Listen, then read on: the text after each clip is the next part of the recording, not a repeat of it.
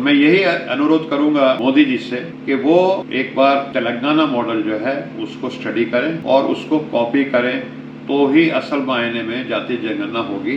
वरना ये नौटंकी तो बहुत हमने जुमलेबाजी देख रखी है पहले मोदी जी की, ये एक और जुमलेबाजी बन के रह जाएगी। जातीय जनगणना को इतना सरल काम नहीं है। ये नहीं है कि आपने संख्या गिन ली कि इस जाति के कितने नागरिक हमारे देश में है। जातीय जनगणना एक मल्टी डायमेंशनल स्टडी है, तो वो प्रश्नावली कैसी बनेगी ये मोदी जी को खुल करके बताना चाहिए। सोशल डायमेंशन, एम्प्लॉयमेंट की डायमेंशन, उसकी एजुकेशन की डायमेंशन, उसके इकोनॉमिक स्टेटस की डायमेंशन, उसका पॉलिटिकल स्टेटस। सिर्फ जातियों की संख्या गिन लेना बहुत ही उद्देश्यहीन रहेगा, क्योंकि हमें अगर अपनी पॉलिसीज बनानी है तो पूरी दुनिया में डाटा ड्रिवन पॉलिसीज बनती हैं, डाटा बेस्ड पॉलिसीज बनती हैं।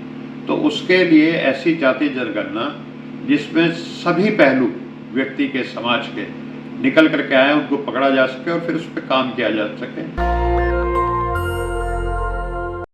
साथियों, अभी खबर आई है कि इस देश के प्रधानमंत्री नरेंद्र मोदी ने घोषणा की है कि 1 मार्च 2027 को वो जातीय जनगणना का काम शुरू कर देंगे।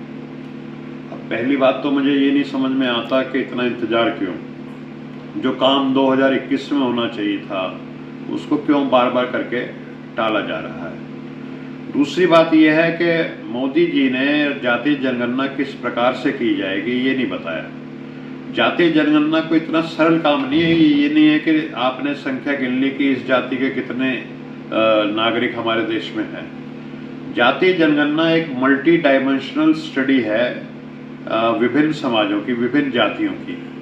उसमें समाज के हर पहलू को स्टडी किया जाता है और उस स्टडी के लिए, उस स्टडी की जो आत्मा होती है वो होता है उसका क्वेश्चनर है, उसकी प्रश्नावली।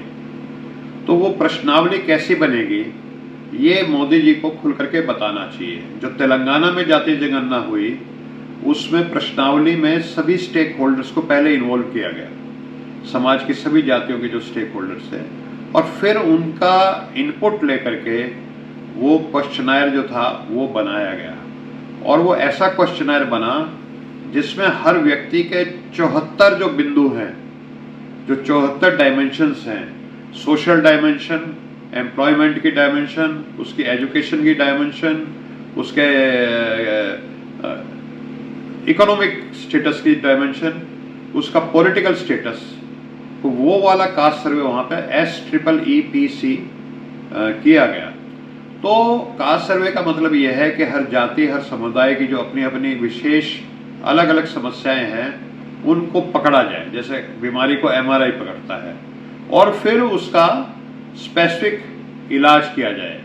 तो एक जाति की समस्या, मान लीजिए कोई दुग्ध पशुपालक जाति है, उसकी समस्या अलग है, जो दस्तकार है, जो बढ़ई है, उसकी समस्या अलग है। तो जब तक ये मल्टी डायमेंशनल स्टडी नहीं होगी जैसी तेलंगाना में हुई, सिर्फ जातियों की संख्या गिन लेना बहुत ही उद्देश्यहीन रहेगा, क्योंकि हमें अगर अपनी पॉलिसीज बनानी है तो पूरी दुनिया में डाटा ड्रिवन पॉलिसीज बनती हैं, डाटा बेस्ड पॉलिसीज बनती हैं। तो उसके लिए ऐसी जातीय जनगणना जिसमें सभी पहलू व्यक्ति के, समाज के निकल करके आए, उनको पकड़ा जा सके और फिर उस पर काम किया जा सके, जो कमजोरी है उसको दूर किया जा सके। तो मैं यही अनुरोध करूंगा मोदी जी से कि वो एक बार तेलंगाना मॉडल जो है उसको स्टडी करें और उसको कॉपी करें, तो ही असल मायने में जातीय जनगणना होगी। वरना ये नौटंकी तो बहुत हमने जुमलेबाजी देख रखी है पहले मोदी जी की, ये एक और जुमलेबाजी बन के रह जाएगी। धन्यवाद। दस्तक की आपसे गुजारिश है कि अगर इसको बचाना चाहते हैं तो नेशनल दस्तक को सब्सक्राइब करने के लिए रेड कलर के सब्सक्राइब बटन को दबाएं, फिर बेल आइकन की घंटी दबाएं। नेशनल दस्तक को बचाने के लिए बहुत जरूरी है कि हर खबर को शेयर करें, लाइक करें, कमेंट जरूर करें।